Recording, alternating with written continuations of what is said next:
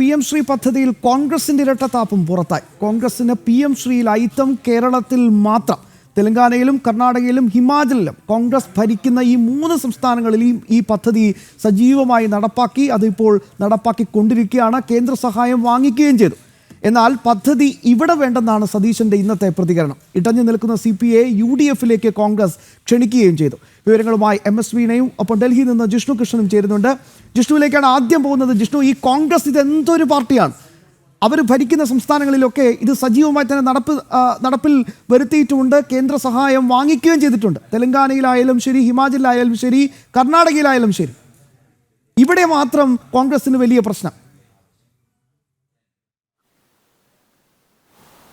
കേരളത്തിൽ PM ശ്രീ പദ്ധതി നടപ്പാക്കരുതെന്നും അത് RSS അജണ്ടയാണെന്നും കേരളത്തിലെ നേതാക്കൾ വാദിക്കുമ്പോഴാണ് നിലവിൽ കോൺഗ്രസിന് അധികാരമുള്ള സംസ്ഥാനങ്ങളിൽ ഹിമാചൽ പ്രദേശിലും തെലങ്കാനയിലും കർണാടകയിലും മാത്രമാണ് നിലവിൽ കോൺഗ്രസിന് അധികാരമുള്ളത്. ഈ 3 സംസ്ഥാനങ്ങളിലും ഇതിനോടകം തന്നെ കോൺഗ്രസിന്റെ സർക്കാർ PM ശ്രീ പദ്ധതി നടപ്പാക്കുകയും അത് മുഖേന കേന്ദ്രത്തിന്റെ ഫണ്ട് വിനിയോഗിക്കാനും ആരംഭിച്ചിട്ടുണ്ട് എന്നുള്ളതാണ് ഏറ്റവും പ്രധാനപ്പെട്ട കാര്യം. കർണാടകയിൽ ആകെ 478 സ്കൂളുകളാണ് PM ശ്രീ പദ്ധതിയിൽ ഉൾപ്പെടുത്തിയിട്ടുള്ളത്. കൂടാതെ ഹിമാചൽ പ്രദേശിൽ 180ഉം തെലങ്കാനയിൽ 794 സ്കൂളുകൾ PM ശ്രീ പദ്ധതിയുടെ ഭാഗമാണ്.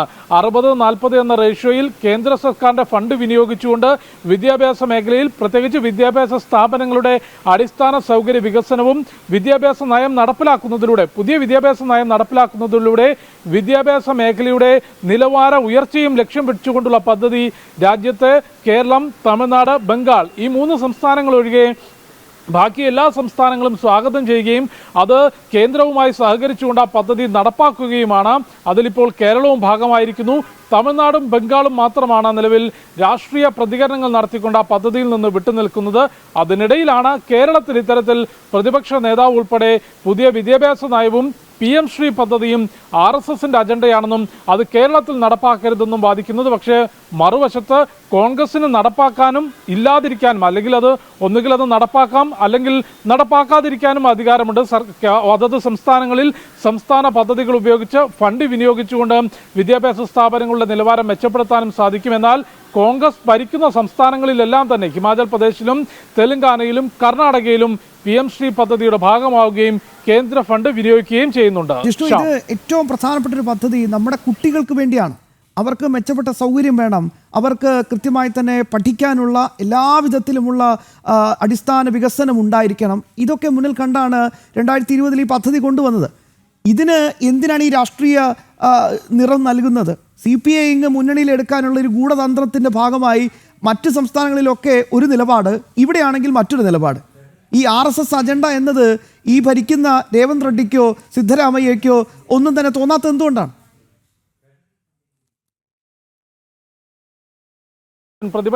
കേരളത്തിലെ പ്രതിപക്ഷ നേതാവ് VD സതീശൻ ഉൾപ്പെടെ കേരളത്തിലെ കോൺഗ്രസ് നേതാക്കൾക്കെതിരെ ഉയരുന്ന ഏറ്റവും പ്രധാനപ്പെട്ട ചോദ്യമാണിപ്പോൾ ഷാം ഉന്നയിച്ചിട്ടുള്ളത്. നിലവിൽ കേരളത്തിലെ രാഷ്ട്രീയ സാഹചര്യം വെച്ചുകൊണ്ട് രാഷ്ട്രീയ നേട്ടത്തിന് വേണ്ടിയിട്ടുള്ള ഇരട്ടത്താപ്പ് നയമാണ് അല്ലെങ്കിൽ യാതൊരു തരത്തിലും ആത്മാർത്ഥതയില്ലാത്ത പ്രതികരണമാണ് കോൺഗ്രസിന്റെ കേരളത്തിലെ നേതാക്കൾ നടത്തിയിട്ടുള്ളത്. അതല്ലെങ്കിൽ അവർ തുറന്നു പറയാൻ തയ്യാറാകണം.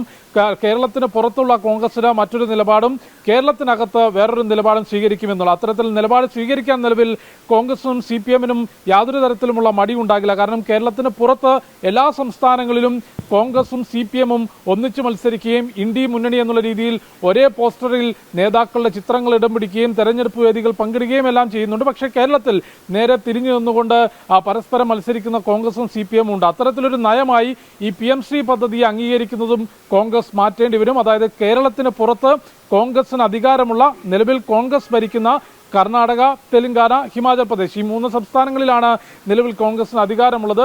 ഈ 3 സംസ്ഥാനങ്ങളിലും ഒരു എതിർപ്പും പറയാതെ കേന്ദ്രവുമായി സഹകരിച്ചുകൊണ്ട് PM ശ്രീ പദ്ധതി അത് നേരത്തെ സൂചിപ്പിച്ചതുപോലെ വിദ്യാഭ്യാസ സ്ഥാപനങ്ങളുടെ അടിസ്ഥാന സൗകര്യം മെച്ചപ്പെടുത്തുക, അതിന്റെ നിലവാരം മെച്ചപ്പെടുത്തുക, പുതിയ വിദ്യാഭ്യാസ നയം നടപ്പിലാക്കുന്നതിലൂടെ വിദ്യാഭ്യാസ മേഖലയുടെ തന്നെ നിലവാരം ഉയർത്തുക എന്ന ലക്ഷ്യം വെച്ചുകൊണ്ട് വളരെ സമഗ്രമായ പഠനത്തിന് ശേഷം വിശകലനത്തിനും ശേഷമാണ് ഈ PM ശ്രീ പദ്ധതിയും പുതിയ വിദ്യാഭ്യാസ നയവുമെല്ലാം കൊണ്ടുവന്നിട്ടുള്ളത്. രാജ്യത്തിന്റെ പുതിയ തലമുറയുടെ യുവതലമുറയുടെ വിദ്യാർത്ഥികളുടെ ഭാവി സുരക്ഷിതമാക്കുന്നതിനുതകുന്ന പദ്ധതി കൊണ്ടുവരുമ്പോൾ അതിനെ രാഷ്ട്രീയ ലാഭം വെച്ചുകൊണ്ട് എതിർക്കുകയും കേരളത്തിൽ പ്രത്യേകിച്ച് ആദ്യം നേരത്തെ CPM നേതാക്കളും വിദ്യാഭ്യാസ മന്ത്രിയും ഉൾപ്പെടെ നടത്തിയിട്ടുള്ള പ്രതികരണങ്ങൾ നമുക്ക് മുൻപിലുണ്ട്. പിന്നീട് വിവിധ കാരണങ്ങൾ കൊണ്ട് കേന്ദ്ര ഫണ്ട് ഉൾപ്പെടെ മുന്നിൽ കണ്ടുകൊണ്ടാണ് ഇപ്പോൾ CPM സർക്കാർ അത് മാറ്റുകയും CPI ഉൾപ്പെടെ അതിനെ എതിർത്ത് നിൽക്കുകയും ഒരു പ്രത്യേക രാഷ്ട്രീയ സാഹചര്യത്തിലാണ് കോൺഗ്രസ് ഇത്തരത്തിൽ ഈ ഒരു പദ്ധതി PM ശ്രീ പദ്ധതി രാഷ്ട്രീയ അജണ്ടയാണ് എന്ന പ്രതികരണം നടത്തുന്നത്. പക്ഷേ കേരളത്തിന് പുറത്തുള്ള കോൺഗ്രസിന്റെ നേതാക്കൾക്കും കോൺഗ്രസിന്റെ ദേശീയ നേതൃത്വത്തിനും അത്തരത്തിലൊരു അഭിപ്രായമില്ല എന്നുള്ളതാണ്. ഹിമാചൽ പ്രദേശിലും തെലങ്കാനയിലും കർണാടകയിലും ഈ പദ്ധതി ഒരു എതിർപ്പും കൂടാതെ നടപ്പാക്കിയതിന് ജിഷ്ണു, വളരെ പ്രധാനപ്പെട്ട ചില വാർത്തകൾ തിരുവനന്തപുരം ബ്യൂറോ റിപ്പോർട്ട് ചെയ്യുന്നുണ്ട്. PM ശ്രീയിൽ മാറ്റമില്ല, ഒരു ഇഞ്ച് പിന്നോട്ട് പോകില്ല. CPM സോഴ്സസ് കൃത്യമായി തന്നെ ഇപ്പോൾ വ്യക്തമാക്കുന്നുണ്ടെന്നാണ് മനസ്സിലാക്കാൻ സാധിക്കുന്നത്. നമ്മൾ പ്രതീക്ഷിക്കുകയായിരുന്നു, കാരണം എപ്പോഴും ഒരു U-ടേൺ അടി സ്ഥിരമായി തന്നെ വേലയാക്കിയ CPMന്റെ നിലപാട് ഈ വിഷയത്തിൽ ഉണ്ടാകുമോ എന്നൊരു വളരെ പ്രധാനപ്പെട്ട ഒരു സംശയം പലപ്പോഴായി വരുന്നുണ്ട്. എന്തായാലും ഇപ്പോൾ നയം മാറ്റമില്ലെന്നാണ് വിലയിരുത്തൽ വരുന്നത്. CPIയുമായി ചർച്ച നടത്തും. PM ശ്രീയിൽ മാറ്റമില്ലെന്ന് CPM ഇപ്പോൾ പറയുന്നു എന്നാണ് മനസ്സിലാക്കാൻ സാധിക്കുന്നത്. ഞാൻ മനസ്സിലാക്കുന്നത് ദിസ്ന സുരേഷ് ചേരുന്നുണ്ടെന്നാണ് മനസ്സിലാക്കുന്നത്. യെസ്, വീണയിലേക്ക് പോവുകയാണ്. വീണ, ഈ ഒരിഞ്ച് പിന്നോട്ടില്ല എന്നൊരു നിലപാടിലേക്കാണ് ഇപ്പോൾ എത്തി നിൽക്കുന്നത് CPM എന്നാണ്. എന്തായാലും വലിയ പൊട്ടിത്തെറി ഇടതു മുന്നണിയിലുണ്ട്, എന്നാലും പിന്നോട്ടില്ല എന്നൊരു നിലപാടിലേക്ക് CPM എത്തുന്നുണ്ടോ ഇപ്പോൾ?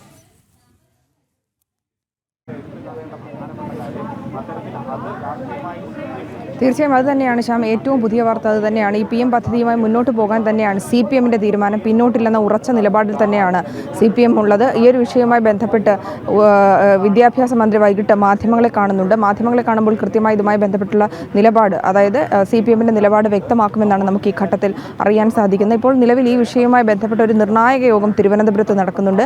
CPIയുടെ നിർണായക യോഗമാണ് തിരുവനന്തപുരത്ത് പുരോഗമിച്ചുകൊണ്ടിരിക്കുന്നത്. ആദ്യം തന്നെ CPM ഈ പദ്ധതി നടപ്പാക്കുന്നതുമായി ബന്ധപ്പെട്ട് മുന്നോട്ട് പോകുമ്പോൾ ഈ പദ്ധതിയിൽ എതിർപ്പ് പ്രകടിപ്പിച്ചിരുന്നത് CPI ആണ്. മന്ത്രിസഭാ യോഗത്തിലടക്കം ഈ വിഷയം ഉന്നയിച്ചപ്പോൾ CPI മന്ത്രിമാർ ഈ വിഷയം, അതായത് PM പദ്ധതി സംസ്ഥാനത്ത് നടപ്പാക്കാൻ കഴിയില്ല എന്നുള്ളൊരു നിലപാട് സ്വീകരിച്ചിരുന്നു. ആ നിലപാടിൽ ഉറച്ചു നിൽക്കുന്ന ഒരു സ്ഥിതിയാണ് പിന്നീട് കണ്ടത്. ഇപ്പോഴും സംസ്ഥാനത്തെ CPM ഈ പദ്ധതി നടപ്പാക്കുന്ന തരത്തിലുള്ള ശ്രമങ്ങളിലേക്ക് ധാരണാപത്രം ഒപ്പിട്ട ഘട്ടത്തിലടക്കം ആ ഒരു ഭിന്ന അഭിപ്രായം നിലനിൽക്കുന്നു. CPMഉം CPIയും തമ്മിലുള്ള പൊട്ടിത്തെറി രൂക്ഷമാകുന്നു, ഭിന്നതയിലേക്ക് കടക്കുന്നു എന്ന് വേണം ഈ ഘട്ടത്തിൽ നമുക്ക് മനസ്സിലാക്കാൻ സാധിക്കുന്നത്. ഉറച്ചൊരു നിലപാടിൽ തന്നെയാണ് CPI ഇപ്പോഴും നിലനിൽക്കുന്നത്. ഗൂഢാലോചന എന്ന് വളരെ പ്രധാനപ്പെട്ട അപ്ഡേറ്റ് കൂടി വരുന്നുണ്ട്. CPI ഇതുമായി ബന്ധപ്പെട്ട് കേന്ദ്ര നേതൃത്വത്തിനൊരു കത്തയച്ചു എന്നാണ് മനസ്സിലാക്കാൻ സാധിക്കുന്നത്. ഒപ്പിട്ടതിന് പിന്നിൽ വൻ ഗൂഢാലോചനയുണ്ട് എന്ന രീതിയിലേക്കാണ് കാര്യങ്ങൾ CPI കൊണ്ടുപോകുന്നത്. ഇതൊക്കെ എന്ത് ഗൂഢാലോചനയാണെന്നൊരു ചോദ്യമുണ്ട്. കാരണം നാടിന് നല്ലത് വരാൻ വേണ്ടിയിട്ടാണ്, നമ്മുടെ കുട്ടികൾക്ക് നല്ല വിദ്യാഭ്യാസവും നല്ല അടിസ്ഥാന സൗകര്യങ്ങളും ലഭിക്കാൻ വേണ്ടിയിട്ടാണ് പ്രധാനമന്ത്രി ഈ വിഷയത്തിൽ നിർണായകമായ ഇടപെടൽ നടത്തിക്കൊണ്ട് 2020 PM ശ്രീ പദ്ധതി ഏർപ്പാടാക്കിയതും അത് ഫലപ്രദമായി നിലവിൽ വന്നത്. മറ്റെല്ലാ സംസ്ഥാനങ്ങൾക്കും ഇതൊരു പ്രശ്നവുമില്ല, ഇവിടെ മാത്രം ഇതൊരു രാഷ്ട്രീയ വിഷയമായി മാറുന്നത് ദൗർഭാഗ്യകരം എന്നല്ലാതെ മറ്റെന്ത് പറയാനാണ്? യെസ്, അതവിടെ നിൽക്കട്ടെ. എന്തായാലും CPI പറയുന്നത് ഒരു വലിയ ഗൂഢാലോചന ഉണ്ടെന്നാണ്. വീണ,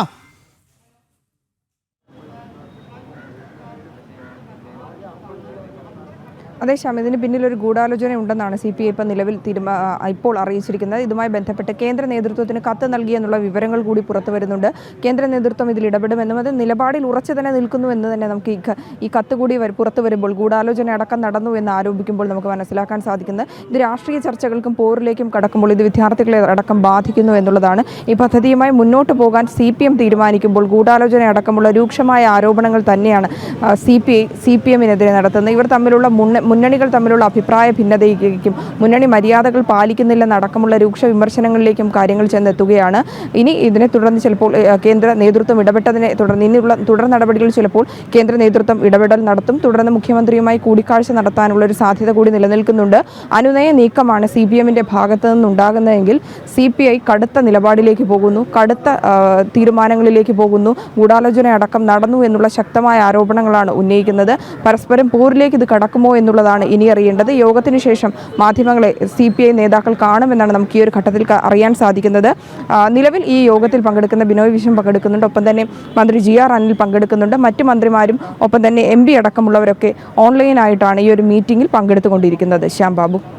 യെസ്, അത് തന്നെയാണ്. പക്ഷേ CPM സോഴ്സസ് വ്യക്തമാക്കുന്നത് ഇപ്പോൾ ഇതിൽ നിന്ന് പിന്നോട്ടില്ല എന്നൊരു നിലപാടാണ് വ്യക്തമാക്കുന്നത്. പക്ഷേ CPI ഇത് വലിയ രീതിയിൽ രാഷ്ട്രീയവൽക്കരിക്കുകയാണ്. ഇതെന്തോ വലിയ ഗൂഢാലോചനയൊക്കെയാണ് ഇതിൻ്റെ പുറകിൽ എന്ന് മനസ്സിലാക്കുന്ന രീതിയിലേക്കാണ് CPI ഇപ്പോൾ മുന്നോട്ട് പോയിക്കൊണ്ടിരിക്കുന്നത്. വലിയ ഗൂഢാലോചന ഉണ്ടാകുന്നു, മുന്നണി മര്യാദകൾ ലംഘിക്കപ്പെടുന്നു, തലയിൽ മുണ്ടിട്ട് പോയി ഒപ്പിട്ട പോലെയായി.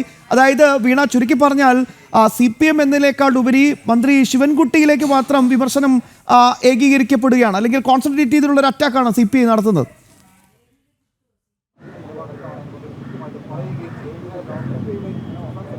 തീർച്ചയായും അത് തന്നെയാണ്. അതായത് മന്ത്രിസഭാ തലത്തിലേക്ക് പോരുകൾ മുറുകുന്നു എന്ന് തന്നെ നമുക്ക് മനസ്സിലാക്കാൻ സാധിക്കുന്നുണ്ട്. മന്ത്രിമാർ തമ്മിലുള്ള പോരും ഒപ്പം തന്നെ മുന്നണികൾ തമ്മിലുള്ള അഭിപ്രായ ഭിന്നതയിലേക്കും കാര്യങ്ങൾ എത്തുന്നു. ഈ വിഷയവുമായി ബന്ധപ്പെട്ട് വിദ്യാഭ്യാസ മന്ത്രി കൃത്യമായൊരു നിലപാടടക്കം പറഞ്ഞില്ല എന്നുള്ള രൂക്ഷ വിമർശനമാണ് ബിനോയ് വിശ്വം അടക്കം ഉന്നയിച്ചത്. അതുപോലെ തന്നെ മന്ത്രി ജി ആർ അനിലടക്കമുള്ളവരും ഇത്തരത്തിലുള്ള പ്രതികരണമാണ് നടത്തിയത്. അതായത് മന്ത്രിസഭാ യോഗത്തെ വിശ്വാസത്തിലെടുത്തില്ല, മന്ത്രിസഭയിൽ ഇതുമായി മുമ്പോട്ട് പോകുമെന്നുള്ളൊരു യാതൊരുവിധ തരത്തിലുള്ള നിലപാടും സ്വീകരിച്ചില്ല. വിദ്യാഭ്യാസ മന്ത്രി കാര്യങ്ങൾ ബോധ്യപ്പെടുത്തണം. ഏത് ഘട്ടത്തിലാണ് വിദ്യാഭ്യാസ മന്ത്രി ഇത്തരത്തിലുള്ള ഒരു നിലപാട് സ്വീകരിച്ചത്?